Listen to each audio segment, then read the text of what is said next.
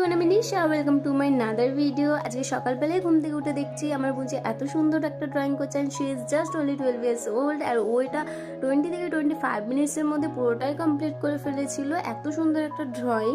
দেন আমি ready shady হয়ে চলে এলাম স্টেশনে। এই যে একদিকে রয়েছে আমার বন্ধু আর বান্ধবী, দুজনেই চললাম আমার সঙ্গে আর আমাদের গ্রামের বাড়িতে। এই দুদিন আমাদের চরম এনজয় হয়েছে, ভিডিও ক্লিপে সবই দেখাবো তোমাদের।